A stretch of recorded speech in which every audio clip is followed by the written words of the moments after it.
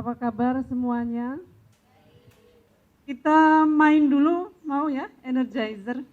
Boleh ke tengah sini membuat lingkaran. Tas boleh ditaruh dulu di tempat duduk, lalu kita buat lingkaran di sini. Kita mau bermain konsentrasi. Kalau kecil biasanya isyaratnya bagaimana? Kecil. Ini ya. Kalau gajah, besar. Kalau ular, kalau cacing, pendek. Semut, kecil. Gajah, bentar. Ular, cacing, pendek. Nah, ayo konsentrasi lagi. Gajah, ular, cacing, semut, lulus semua. Sekarang level kedua. Level kedua adalah Anda sebaliknya. Ya, saya bilang semut, besar gitu. Ya? Gajah. Gajah yang panjang. Cacing. Pintar. Semut? Ular? Cacing? Gajah? Ular?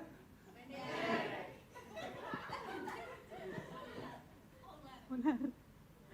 Ya, konsentrasi lagi. Ini masih level 2, nanti ada level 3-nya.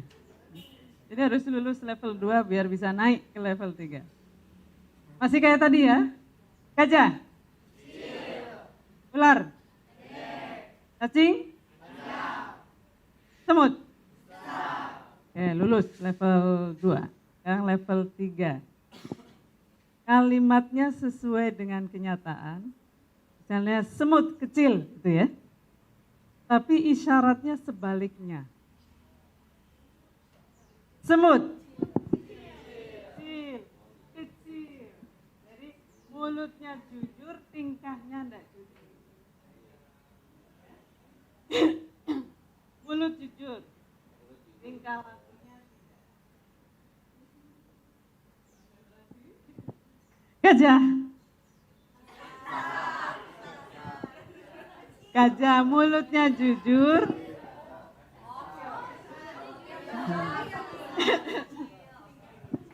Sudah siap level 3 atau level 2 dulu? Turun 3 ya.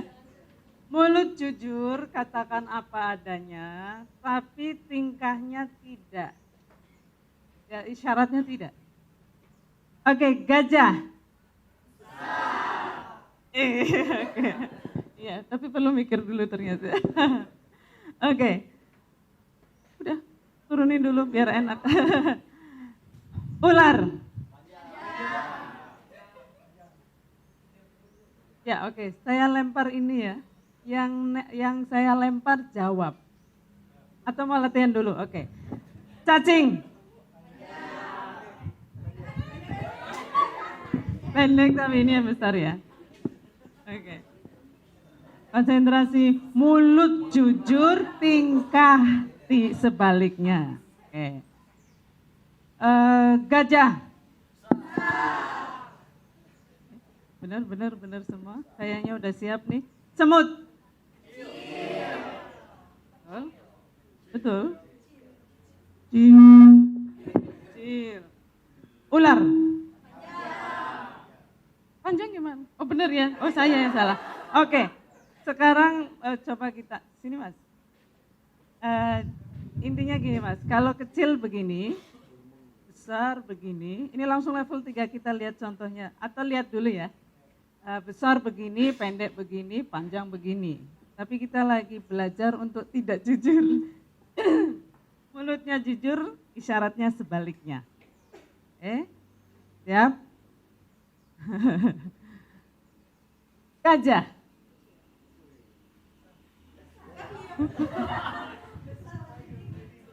Atau Anda lempar ke siapa aja boleh? Terus sebut satu hewan. Empat itu aja. Ya, antara empat itu.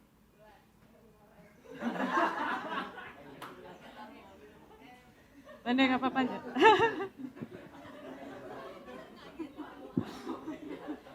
Panjang gitu ya. Oke. Ini harusnya latihannya mulai level 1 ini langsung ke 3. Oh, oke. Saya lempar deh. Semut. Ternyata saya. Oke. Lempar ke siapa aja? Sebut satu hewan.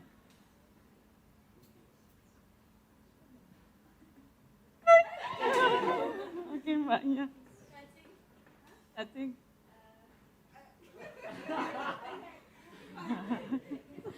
Susah ternyata ya. Satu lagi.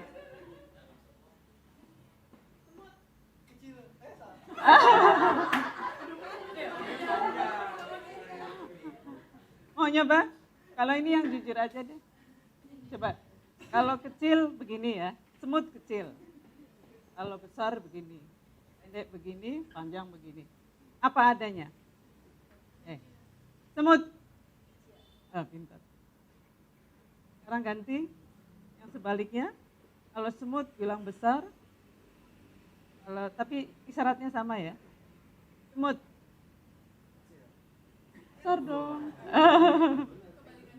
Ini udah bukan yang sekarang bilangnya sebaliknya dua-duanya. Semut besar. Ular. Ya, pintar. Ular siapa ini yang pendek? Sekarang level 3 lagi, satu kali lagi nih. Mas, tangkap. Semut.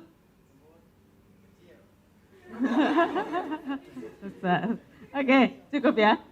Apa yang Anda pelajari dari game ini? Bohong susah, betul. Ketika Anda susah, kalau saya ulang terus, terlatih enggak? Terlatih. Yang susah jadi apa? Yang susah jadi gampang. Awalnya bohong itu susah, lama-lama apa yang susah? Jujur.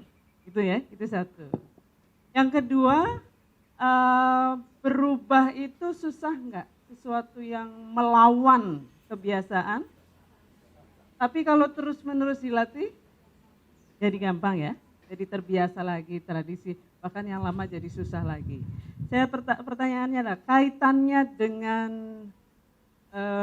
bimbingan perkawinan ini, Anda kemarin dapatkan banyak hal baru atau tidak? Banyak nggak? Banyak ya, cukup ya. Ada yang susah diterima nggak? Entah dimengerti, entah diyakini, karena merasa beda dengan sebelumnya. Ada ya mungkin? Ada kan? Entah cara pandang, entah materinya, ada Pak, apa misalnya?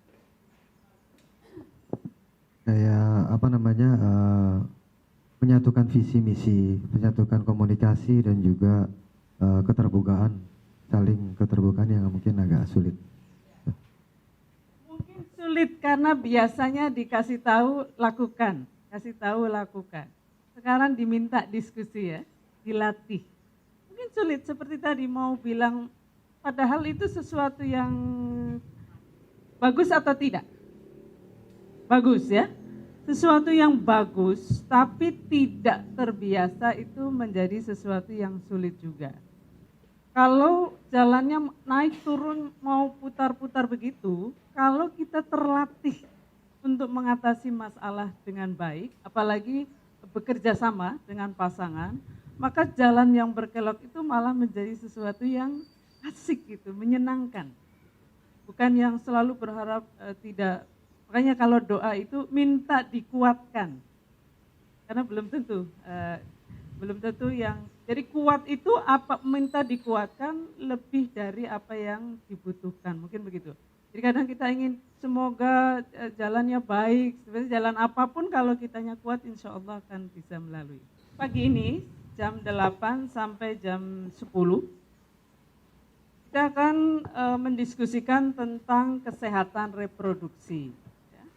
Kesehatan reproduksi ini dalam 2 jam bahkan kurang, kita hanya bisa memprioritaskan bagaimana keterampilan-keterampilan apa yang perlu dimiliki dalam menjalani masa reproduksi, yang itu sebentar lagi sebagai suami dan istri akan sangat aktif mungkin ya, beda dengan sebelum menikah. Karenanya hal-hal yang sifatnya informasi, nanti kan akan bicara tentang KB ya. Kalau saya sebaiknya KB seperti apa itu yang sifatnya informasi, tentu saja kami sarankan untuk menemui tenaga kesehatan. Ya. Dan kita kali ini lebih memprioritaskan bagaimana cara menyikapi dan bekerja sama dalam konteks menjaga kesehatan reproduksi keluarga. Kalau salah satu suami atau istri atau anak-anak mengalami gangguan kesehatan, kira-kira tenang nggak? Tidak ya. Makanya kesehatan ini menjadi terutama atau termasuk di dalamnya kesehatan reproduksi itu menjadi pilar keluarga sakinah. Dan kita akan mulai dari 4 pilar perkawinan apa kemarin? Pertama, berpasangan. Yang intinya adalah kerjasama. Pasangan itu selalu kerjasama bareng dalam suka dan duka. Kemudian juga diskusi tadi Mas ya, itu adalah bagian dari bagaimana kerjasama dalam mengatasi segala persoalan. Yang kedua, janji yang kokoh. Jadi apapun yang terjadi, misalnya jangan sekali-kali memberi ruang ya, kalau prinsip saya itu. Jangan sekali-kali beri ruang sedikit pun untuk mengeroposi janji perkawinan. Jadi kadang-kadang orang iseng, ya, ada musim reuni, terus apa yang terjadi? Ketemu mantan, kemudian CLBK dan seterusnya itu reuninya tidak masalah. Yang penting kan hatinya itu dikuatkan untuk tidak membuka sedikit pun celah untuk mengeroposkan perkawinan. Tentu saja dari kedua belah pihak. Yang ketiga, saling memperlakukan pasangan tidak hanya baik.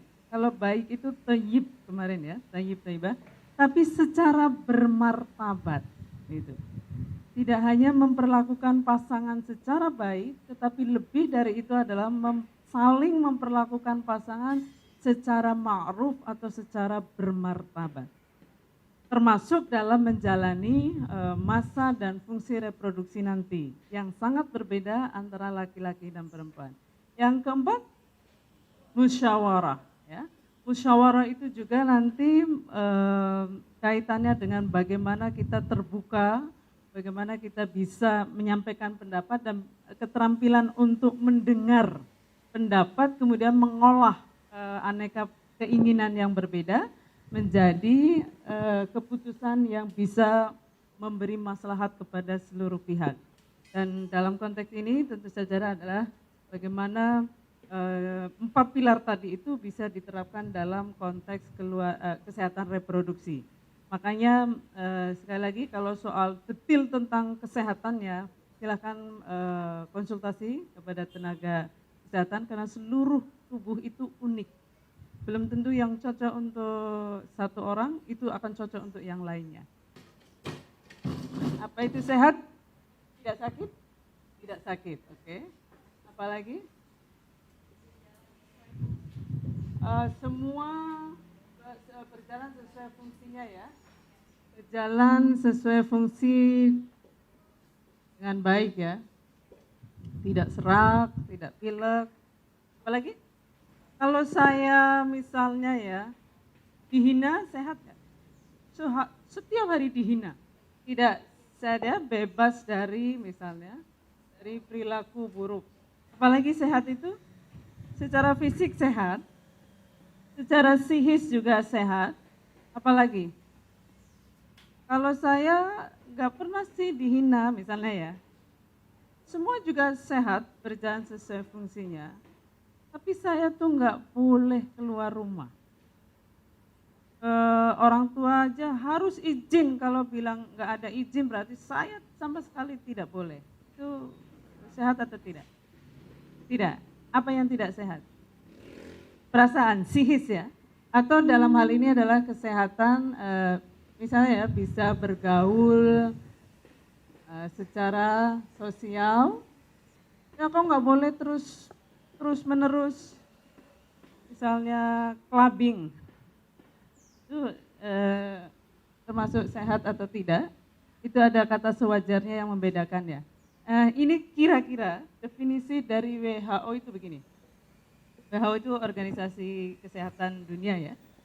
Definisi sehat menurut WHO adalah suatu keadaan kondisi secara fisik, tadi yang bilang semua berfungsi dengan baik. Dan mental itu terbebas dari perilaku buruk, juga kesejahteraan sosial, ada sehat secara sosial.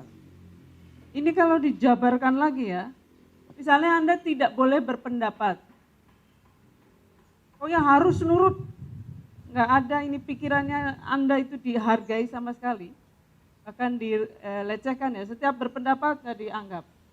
Itu sebetulnya, atau Anda sama sekali tidak boleh mengembangkan pengetahuan, itu ada gangguan kesehatan secara intelektual. Nggak bisa berkembang, Anda punya potensi bagus sekali tapi enggak, kamu nggak boleh. Kayak gitu ya. Lalu ada juga kesehatan, ini yang penting dari Kementerian Agama adalah spiritual.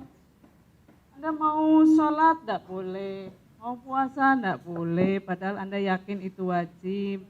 Apalagi yang itu merupakan keyakinan Anda sebagai umat beragama, itu dilarang-larang, itu sangat mungkin ada gangguan kesehatan secara spiritual, gitu ya.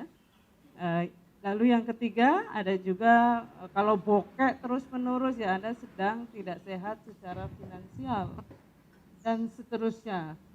Ada juga ini mungkin yang adalah kesehatan secara seksual. Itu bisa terus dikembangkan. Jadi intinya sebetulnya dari definisi WHO itu, kesehatan tidak hanya soal fisik. Bicara tentang ciri keluarga sakinah, ciri keluarga harmonis juga kan saling menghormati, saling menghargai, itu sebetulnya adalah bagian dari upaya mewujudkan kesehatan non-sihis. Dan jangan salah, kondisi non-sihis ini kadang sangat erat sekali kaitannya dengan fisik. Jadi sihis yang tidak sehat itu bisa berimplikasi kepada kesehatan fisik. Tapi yang jelas adalah orang yang fisiknya terlihat secara sehat, maka belum tentu juga sihisnya sehat. Karenanya kita harus camkan di dalam hati bahwa sehat itu meliputi fisik dan non-fisik. Ya. Kesehatan reproduksi itu juga tidak semata-mata soal fisik, tetapi juga soal psikis. Anda melakukan menjalani fungsi reproduksi dengan hati yang tenang atau khawatir, itu bagian dari kesehatan reproduksi. Hubungan seksual dan lain sebagainya secara fisik mungkin tidak berbahaya, tapi caranya meminta tidak sopan, tidak bermartabat, caranya melakukan tidak bermartabat, itu sangat mungkin menimbulkan gangguan kesehatan secara, ini bisa multiple nih, bisa secara fisik, bisa secara mental, bisa secara psikis, dan seterusnya. Karena itu kita akan mencoba mendiskusikan ya bagaimana menjalani fungsi reproduksi itu dengan atau secara sehat baik fisik maupun psikis, ya. Nah sekarang kita sebelum bicara tentang hal-hal lain kita coba melihat perbedaan organ, fungsi, beda nggak laki-laki dan perempuan kesehatan organ reproduksinya beda atau sama? Beda atau sama? Beda ya. Oke. Bereproduksi itu satu proses ya, proses Anda bereproduksi atau kalau produksi itu kan menciptakan sesuatu. Kalau reproduksi itu menciptakan sesuatu yang tadinya sudah ada. Nah dalam konteks kesehatan reproduksi itu biasanya kaitannya adalah dengan kelahiran anak, baik pra maupun paskanya gitu, baik sebelum maupun sesudahnya itu ada organ, fungsi dan masa yang terjadi seperti apa antara laki-laki dan perempuan. Nah, mari kita lihat, di sini ada laki-laki ya, di sini ada perempuan tentu saja. Di sini ada organ reproduksi, bentar. Di sini ada organ, di sini ada fungsi reproduksi, di sini ada masa reproduksi, dan di sini ada dampak secara psikis. Laki-laki punya apa? Organ vital untuk bereproduksi? Punya apa? Punya penis ya. Perempuan punya apa? Vagina. Laki-laki punya apa lagi? Kantung sperma ya. Perempuan punya indung telur namanya. Kantung sperma menghasilkan apa? Menghasilkan sperma ya. Kalau indung telur menghasilkan sel telur tentu saja. Perempuan punya apa lagi? Yang laki-laki nggak punya. Payudaranya, laki-laki punya payudara atau tidak? Punya kan? Laki-laki mungkin kanker payudara atau tidak? Bisa. Apa bedanya payudara laki-laki dan perempuan? Payudara perempuan itu memproduksi ASI ya. Payudara memproduksi ASI. Tapi ini mungkin di sini sebentar. Payudara produksi ASI. Laki-laki tidak ya. Apalagi yang perempuan punya, laki-laki tidak punya? Rahim. Rahim ya. Oke. Laki-laki nggak punya rahim. Dia tidak hamil dan melahirkan. Nah, perbedaan ini kurang lebih kan seperti ini. Karena organnya berbeda, maka fungsinya juga berbeda. Laki-laki itu memulai fungsi reproduksi dengan sejak dini dengan yang jadi tanda baliknya seseorang itu apa? Mimpi basah. Laki-laki itu mimpi basah. Kalau perempuan tanda baliknya apa? Menstruasi.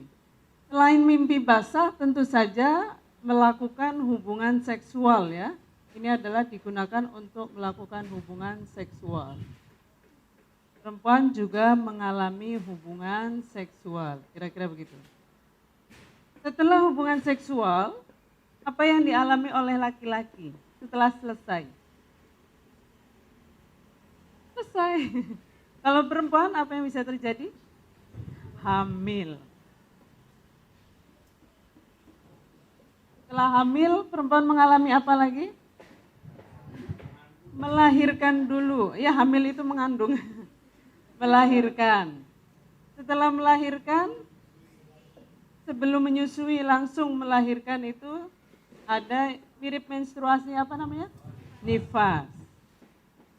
Lalu baru memberi ASI ya, atau menyusui. Jadi laki-laki cuma 2 saja. Perempuan ada 6. Mari kita hitung masanya ya. Mimpi basah itu berapa lama Mas? Pasti sudah balik semua dong, kalau belum nggak boleh nikah loh. Berapa lama mimpinya saja? Kurang lebih, menit mungkin. Berapa? 5 menit? 5 menit ya, kurang lebih lah, nanti boleh tambah. 5 menit. Nah, ini mungkin Anda belum ya.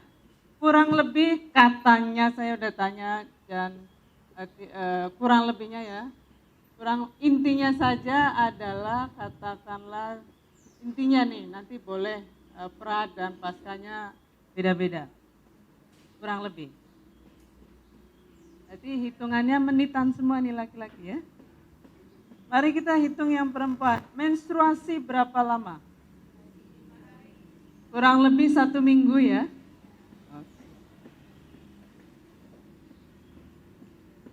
Kalau hubungan seks kurang lebih sama ya, ini juga kurang lebih 15 menit.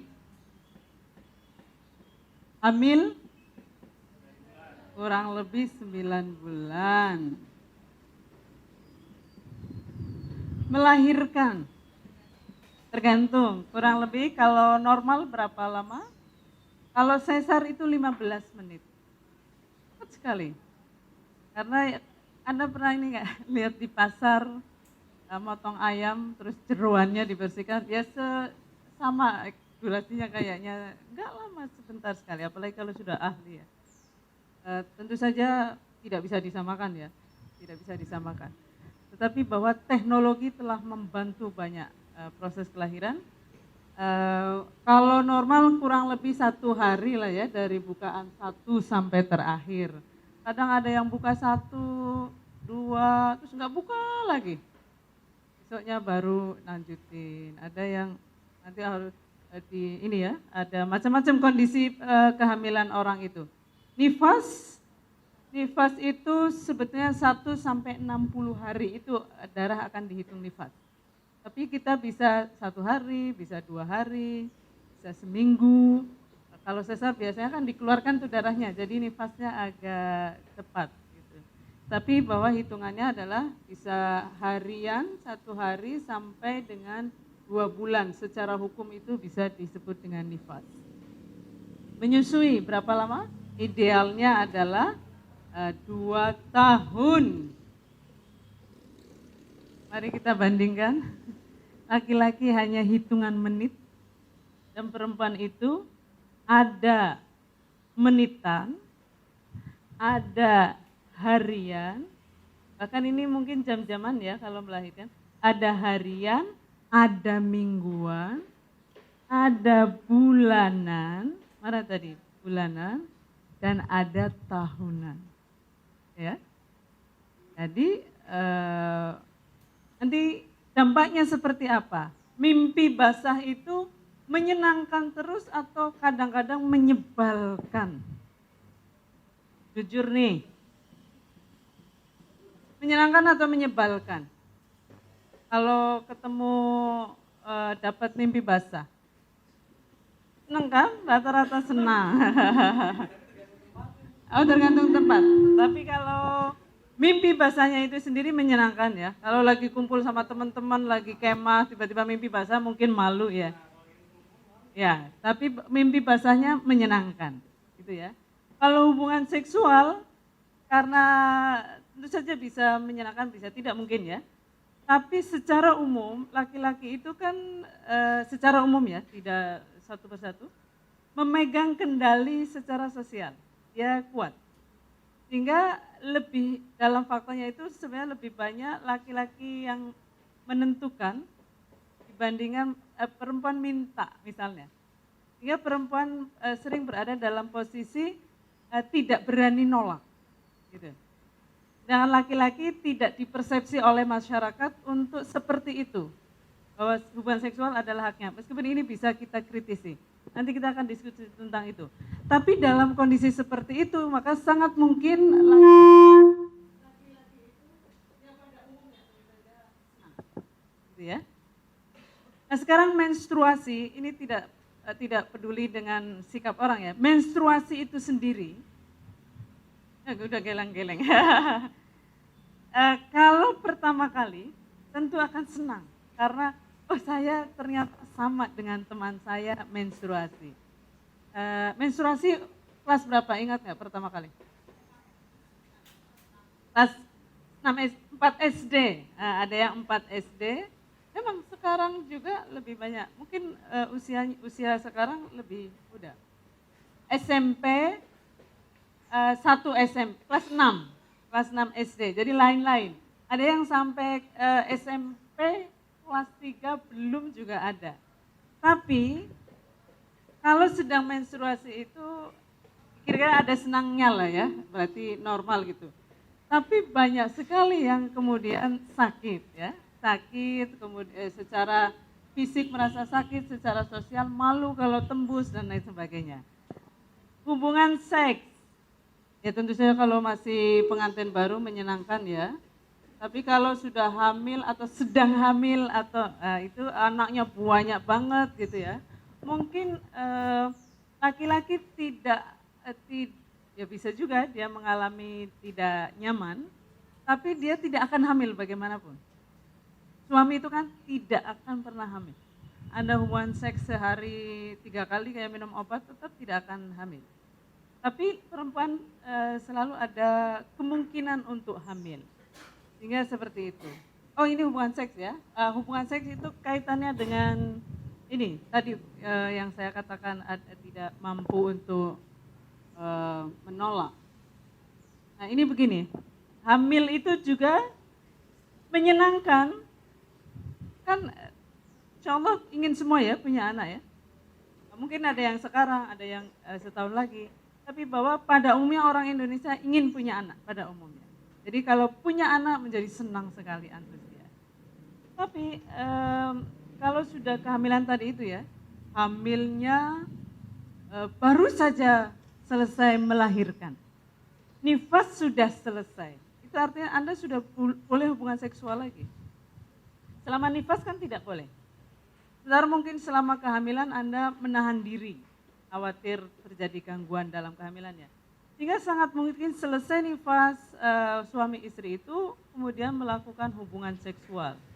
Kira-kira hubungan seksual setelah nifas selesai itu ingin berakibat hamil atau tidak? Ingin nggak? Anda baru selesai nifas. Tentu tidak ya, karena ada bayi yang harus disusui, mungkin sesar belum kering-kering amat, tapi hubungan seksualnya sudah boleh gitu. Maka ada kehamilan-kehamilan yang di masa tertentu itu memang tidak diharapkan. Jadi pengen hubungan seksual tapi tidak ingin berakhir dengan kehamilan. Coba Anda bayangkan kalau setiap hubungan seksual berakhir dengan kehamilan, maka seorang perempuan istri itu bisa sepanjang usia perkawinannya hamil. Hamil, melahirkan, nifas selesai hubungan seksual, hamil lagi. Terus, hingga anaknya 15, 17. Dan itu terjadi pada nenek atau buyut kita kan. Nah, kemungkinan yang terjadi adalah itu. Jadi ada masa kehamilan itu menyenangkan, ada masa tidak menyenangkan. Melahirkan, menyenangkan atau ada juga yang mengkhawatirkannya. Ada ya? Ada sisi menyenangkan karena berarti ya mungkin merasa sempurna sebagai perempuan, padahal perempuan yang tidak melahirkan juga sempurna asal amalnya baik ya. Ada yang tidak menyenangkan. Misalnya khawatir kalau, ya namanya bayangin loh, itu bayi kan gede di dalam ya, berapa mungkin 2,5 kilogram, itu makhluk hidup gitu, bukan barang, makhluk hidup, keluar dari makhluk hidup yang lain, itu sebenarnya menakjubkan sekali. Dan itu diliputi oleh kekhawatiran, kira-kira nanti melahirkannya menyenangkan atau tidak, terus normal atau sesar, terutama mereka yang punya gangguan kesehatan seperti tensi yang sangat tinggi misalnya, itu harus itu di situ harus hati-hati karena ada kekhawatiran khusus. Nifas sama dengan menstruasi, kita senang karena berarti sehat, tapi juga kadang tidak nyamannya agak mirip dengan ini, dengan menstruasi. Misalnya sudah harus kerja, ya tidak dikasih cuti misalnya, sudah kan ada cuti 3 bulan ya kalau aturan undang-undang ketenagakerjaan. Nah, ada yang biasanya ngambilnya itu mepet melahirkan, misalnya H-1 HPL baru cuti sehingga istirahatnya itu bisa lama dengan bayi, itu bebas diambilnya. Menyusui juga menyenangkan, apalagi kalau pertama kali menyusui bayi ya, itu sangat menyenangkan. Tapi kalau pisah dari bayi, karena 3 bulan cuti sudah selesai, Anda harus kerja. Apa yang dirasakan adalah ASI-nya banjir, nggak bisa dikeluarkan. Untungnya sekarang ada alat pompa. Tapi kalau tidak, itu memang rasanya sakit sekali. Sakit kalau disentuh itu udah, makanya di Jawa itu disebutnya temawon. Temawon itu kayak diantup tawon, sakit kalau tidak dikeluarkan. Jadi ada menyenangkannya, ada tidak menyenangkannya. Gitu ya. Nah ini mari kita lihat perbedaannya. Organ reproduksinya yang vital ya, itu lebih banyak mana? Perempuan. Fungsinya lebih kompleks mana antara laki-laki dengan perempuan? Perempuan. Masanya lebih lama mana durasinya antara laki-laki dan perempuan? Perempuan lagi. Dan dampaknya lebih variatif antara senang dan tidak senang itu laki-laki atau perempuan? Perempuan. Ya? Ternyata seperti itu. Bahwa laki-laki itu sangat simpel sekali. Organ, fungsi, masa, bahkan dampaknya itu menyenangkan. Karena organnya juga karena karena nilai-nilai sosial. Sehingga laki-laki kadang tidak bisa membayangkan ini karena tidak mengalami. Kalau tidak bisa membayangkan dan tidak mau tahu, akibat yang bisa terjadi adalah apa? Peduli atau tidak peduli? Tidak peduli. Karena nggak ikut merasakan. Jadi kalau istrinya menstruasi, ngapain sih kok marah-marah mulu, rewel dan lain sebagainya. Atau istrinya lagi hamil muda, apa yang terjadi? Minta ini, minta itu, suaminya kelabakan jam 2 malam ingin mangga muda. Dan itu harus dari pohonnya Pak Anu. Nah, itu permintaannya kadang aneh-aneh kalau orang hamil itu. Dan ada juga, ini mungkin yang penting ya, kalau hamil muda itu ada yang muak lihat muka suaminya. Serius itu bahaya tapi bisa terjadi. Muak, ya benar-benar mual gitu kalau lihat suaminya. Ada begitu, ini hati-hati ya. Kalau suami yang paham, dia akan mengerti bahwa itu bukan, istrinya juga mungkin tidak menghendaki ya, dalam kondisi hamil, perlu bantuan suami, kok ketemu suami malah mual gitu. Kan istri juga akan berlipat-lipat itu, tidak menghendakinya. Tapi kalau tidak memahami, suami bisa tersinggung habis. Jangan-jangan bukan anakku. Ah gitu nanti. Bisa kan sampai ke sana kecurigaan kalau tidak dibangun pengetahuan bahwa sedang mengalami masa reproduksi itu ada kondisi khusus yang perlu empati dari yang tidak mengalami. Misalnya jangan, itu kan takdir, ya memang takdir, tapi cara menyikapinya itu adalah bagian dari ikhtiar. Jadi sehingga ada hamil yang menyenangkan karena yang meweknya ini dikurangi sedikit mungkin, tapi ada hamil yang berlipat-lipat karena hamilnya sendiri sudah secara fisik dia memberi perubahan-perubahan radikal ya di dalam tubuh, perubahan yang besar. Secara sosial juga dia mungkin tidak nyaman akhirnya. Nggak ada kebutuhan-kebutuhan khusus yang perlu melihat ini secara empati. Oke ya, baik. Dari sini apakah ada pertanyaan? Sebelumnya tahu nggak perbedaan fungsi reproduksi laki-laki dan perempuan sekompleks ini? Dan sedrastis itu perbedaannya? Sebelumnya sudah tahu? Menyadari, maksud saya menyadari atau tidak? Ya, sadar. Bahwa ada perbedaan. Kalau yang laki-laki? Enggak, belum. Anda sendiri sebagai laki-laki menyadari nggak ada, oh lagi makan.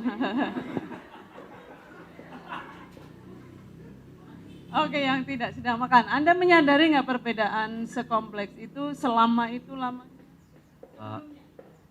Nggak sekompleks itu sih Bu, cuman tahu ada perbedaan ya, cukup sebatas itu aja. Ada beda tapi sejauh mana bedanya tidak menyadari ya. Oke, Anda sendiri? Jawabannya sama, ya, tahu tapi tidak sekompleks itu. Setelah tahu, Anda merasa apa? Surga di bawah telapak kaki ibu. Di bawah telapak kaki ibu. Ya, suami ingin masuk surga enggak? Maka perlakukanlah para ibu dengan baik. Karena kalau ibunya tidak bagus, tidak hanya ibunya sendiri ya, semua ibu punya surga di telapaknya. Nanti ke ibunya baik, ke istrinya enggak, kan dia istri saya bukan ibu saya, tidak begitu. Surga di telapak kaki ibu ya, semua orang yang menjalankan peran ibu itu harus dijaga dengan baik supaya masa reproduksi ini berjalan dengan menyenangkan. Paling tidak ini yang begininya itu berkurang. Gitu ya. Oke. Sekarang mari kita lihat, kita mau diskusi ini ya, diskusi kelompok. Oke, tentu saja menjadi penting ya untuk mengetahui misalnya bagaimana yang tidak mengalami masa reproduksi panjang dan kompleks ini, lalu satunya mengalami masa yang panjang dan kompleks ini bisa bekerja sama. Gitu. Karena apa? Karena anak itu adalah hasil upaya bersama. Tidak mungkin ada seorang perempuan itu bisa hamil tanpa sperma, nggak mungkin, kan gitu. Laki-laki juga hanya sperma saja, nggak mau saya dengan sel telur, nggak mungkin juga dia punya keturunan. Sehingga anak itu adalah hasil dari ikhtiar kedua belah pihak, sehingga harus juga menjadi tanggung jawab bersama ini, masa reproduksi supaya bisa dijalankan dengan aman. Nah, mari kita akan diskusi. Dua kelompok laki-laki dan dua kelompok perempuan ya. Ini pertanyaannya seperti itu. Diskusinya itu kira-kira begini. Sepengetahuan kalian, pada umumnya siapakah yang menentukan kapan suami istri berhubungan seksual, bagaimana seharusnya, dan mengapa seharusnya seperti itu? Yang kedua, menurut kalian, apakah suami istri pada umumnya merencanakan kapan akan hamil, berapa jumlah anak, dan jarak antar kehamilan? Merencanakan atau tidak pada umumnya. Bagaimana seharusnya? Ya. Yang ketiganya adalah pertanyaan ketiga di pertanyaan nomor 2, mengapa seharusnya seperti itu? Gitu. Yang ketiga, jika melihat perbedaan organ fungsi massa dan dampak reproduksi antara laki-laki dan perempuan, nanti Anda diskusikan tuh. Siapakah yang paling penting untuk ditanya berapa kali akan hamil? Kapan akan hamil? Dan mengapa? Ya, cukup jelas? Kita bagi dulu 1-2-1-2 gitu. Ini sudah 1-2 dulu deh, yang laki-laki. 1, 2. Klarifikasi untuk pertanyaan 3 itu bukan menjawab berapa kali akan hamil, sekian kali, tidak begitu. Yang ditanya adalah siapakah yang paling penting untuk ditanya berapa kali akan hamil dan kapan akan hamil. Jadi siapa itu yang ditanya. Bukan berapanya itu pertanyaan yang mau ditanyakan kepada siapa orang itu. Jadi tidak menjawab sekian kali seminggu, tidak begitu. Tidak begitu ya, pertanyaan yang dimaksud adalah siapakah yang paling penting untuk ditanya. Nah di situ pertanyaannya itu. Sudah gitu. Sudah ya. Juru bibirnya sudah ditentukan. Kelompok 1 sudah, yang sudah boleh tepuk tangan. Oke. Oh udah semua berarti ya, oke. Oke, untuk nomor 1, siapa yang menentukan kapan suami istri berhubungan seksual, bagaimana seharusnya dan mengapa? Jawaban kelompok kami adalah kedua belah pihak. Terus karena istri ada masanya menstruasi, terkait juga plan punya anak, masa subur, dan ini harus ada musyawarah juga khusus untuk pemilihan alat kontrasepsi. Karena memang harus ada musyawarah di dalam rumah tangga. Nomor 2, apakah suami istri pada umumnya merencanakan kapan hamil, berapa jumlah anak, dan jarak antar kehamilan? Ya. Terus bagaimana seharusnya? Ya memang direncanakan dengan musyawarah dan diskusi kedua belah pihak. Kenapa? Karena adanya perbedaan masa untuk setiap siklus reproduksi antara laki-laki dan perempuan. Itu jawabannya. Yang nomor 3, kalau dilihat perbedaan organ, fungsi, massa, dampak reproduksi antara laki-laki dan perempuan, siapa yang paling penting untuk ditanya pertama kali? Kapan akan hamil, berapa jumlah anaknya? Itu perempuan.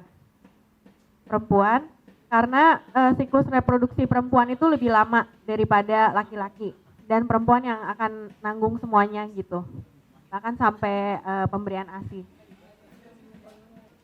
Penting, paling penting.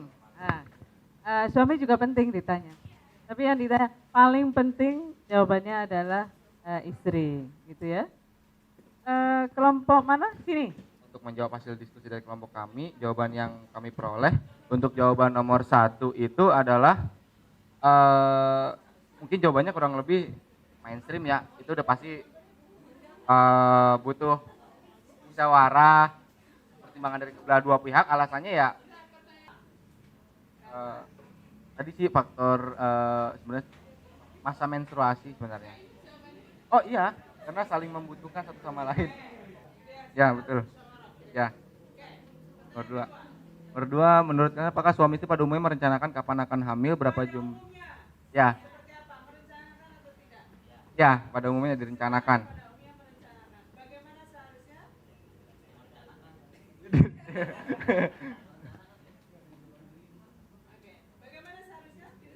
Ya, direncanakan.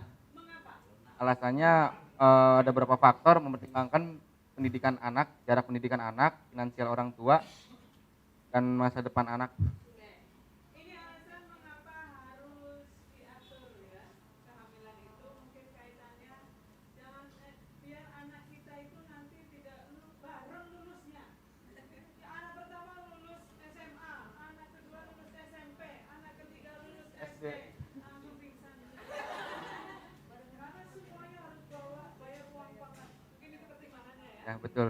Finansial juga kaitannya dengan itu, juga masa depan anak dengan diatur, kemudian jumlahnya berapa itu dikaitkan dengan kemampuan sebagai orang tua bisa mendidik anak secara berkualitas, itu kira-kira. Oke, berikutnya. Untuk pertanyaan nomor 3, jika melihat perbedaan organ, fungsi, massa, dan dampak reproduksi antara laki-laki dan perempuan, siapakah yang paling penting untuk ditanya berapa kali akan hamil dan kapan akan hamil dan mengapa? Itu istri. Istri, Jawabannya. kenapa? Karena ada beberapa faktor, karena istri sih yang paling merasakan untuk dampak kelahiran. Yang kedua, kondisi kesehatan istri. Ya. So sweet ya. Oke, terima kasih untuk kelompok suami-suami soleh. Insya Allah. Ini juga kelompok istri-istri yang soleha. Karena tadi mengatakan, suami juga harus ditanya loh. Tidak hanya istri itu suami istri yang soleha. Jadi mempertimbangkan juga kepentingan suami. Siapa lagi nih? Sana atau sini? Karena baru laki-laki maka perempuan. Tes. Oke, tadi sudah banyak dibahas, tetapi sekarang dari diskusi dari kelompok kami, karena kami belum berpengalaman, makanya kami menjawab pada umumnya sesuai dengan cerita-cerita yang sudah berkembang. Pada umumnya suami yang menentukan kapan suami istri berhubungan seksual, katanya. Seharusnya yang menentukan kapan itu dilakukan secara musyawarah atau kesepakatan serta kondisi kedua belah pihak. Misalnya istri lagi menstruasi maka nggak boleh, atau misalnya salah satu, soalnya saya juga pernah dapat cerita bahwa ada suami istri yang kesepakatan bahwa melakukannya tuh setiap hari apa-apa gitu. Terus agar tidak ada keterpaksaan di antara kedua belah pihak. Terus yang nomor 2, pada umumnya Pak Sutri merencanakan kehamilan, tapi banyak juga yang ya udah nikah, terus kapan punya anaknya, ada yang enggak juga. Terus seharusnya merencanakan kehamilan itu dengan kesepakatan bersama. Mungkin ada yang tadi sudah banyak dibahas, mungkin berkaitan dengan jarak antara anak dan gitu. Lalu agar sesuai dengan rencana. Lalu nomor 3, jika melihat perbedaan organ, fungsi, massa, dan dampak reproduksi antara laki-laki dan perempuan, siapakah yang paling penting untuk ditanya beberapa kali. Sebenarnya yang paling penting itu perempuan, karena kan yang mengalaminya itu perempuan. Tetapi tanya juga sama laki-laki, mungkin laki-laki punya pertimbangan lain. Karena kalau untuk yang hamil dan melahirkan itu sebenarnya lebih penting perempuan, karena yang mengetahui dan menjalani kondisi serta yang mengetahui kondisi fisik dan psikisnya itu perempuan itu sendiri.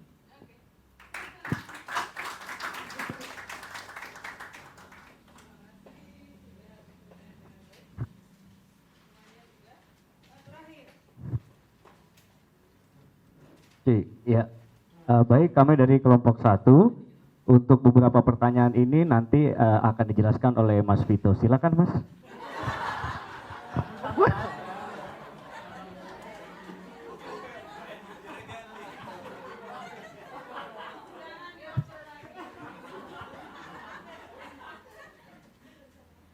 Karena kurang lebih sama, boleh bilang idem aja nggak?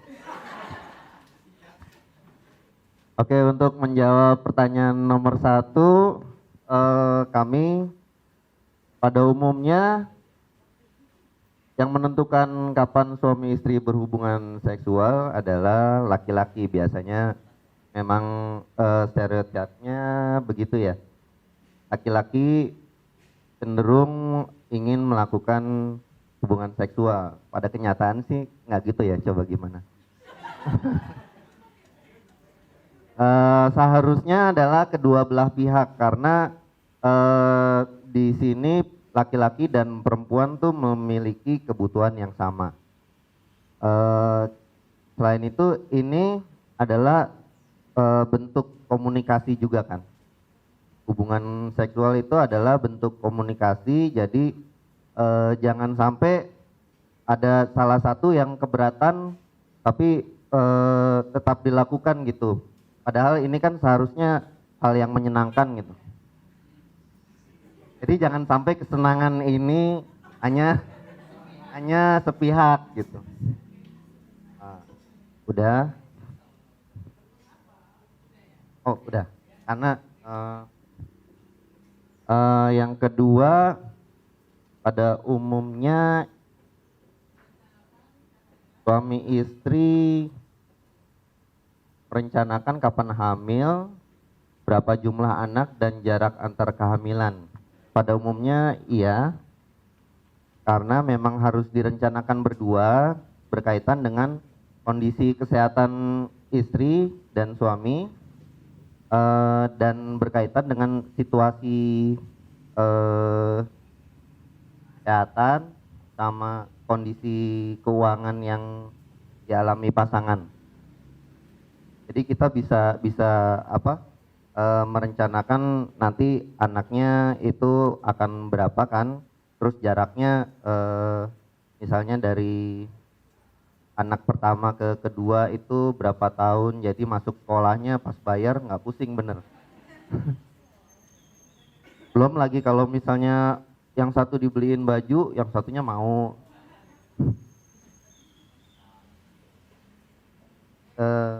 Terus yang ketiga, jika melihat perbedaan organ fungsi, massa, dan dampak reproduksi, yang paling ditanya adalah perempuan. Perempuan karena perempuan itu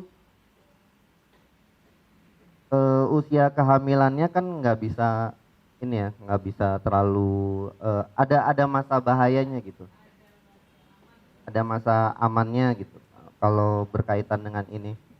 Jadi ada kesehatan, usia, terus organ reproduksinya itu bisa berfungsi sampai umur berapa yang amannya, walaupun nanti berkaitan sama ekonomi juga. Itu aja. Makasih. Terima kasih semuanya.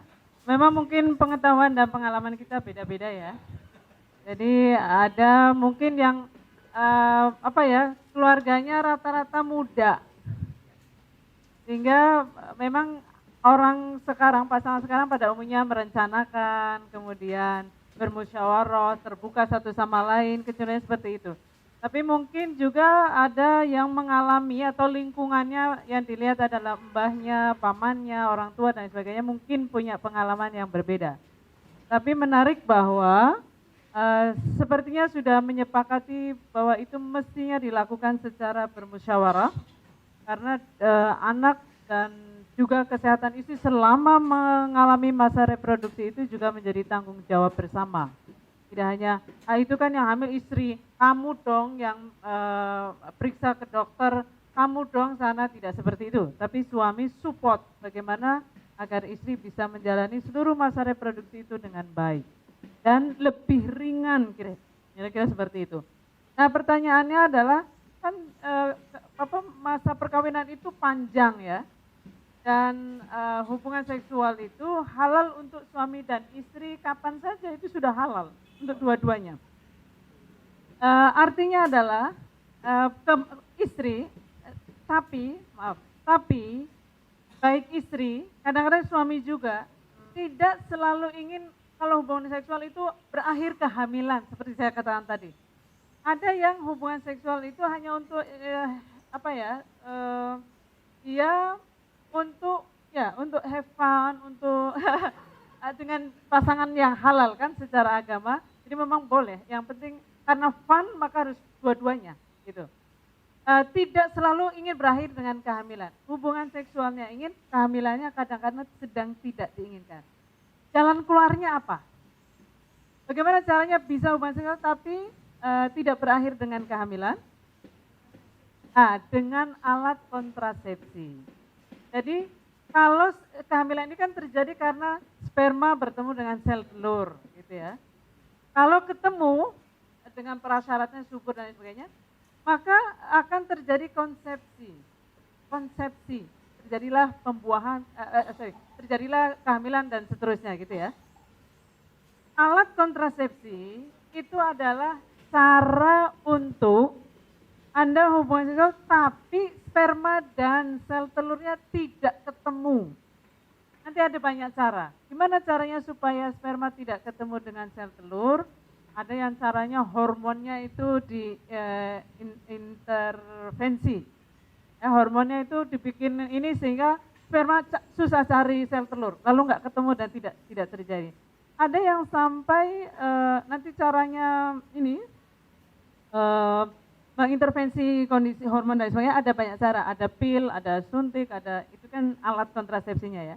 Ada juga yang salurannya itu disumbat, ada yang juga diputus, namanya vasektomi dan tubektomi. Itu salurannya diputus kan nggak akan ketemu, mau lewat mana, udah diputus ini salurannya, kira-kira begitu. Atau ada yang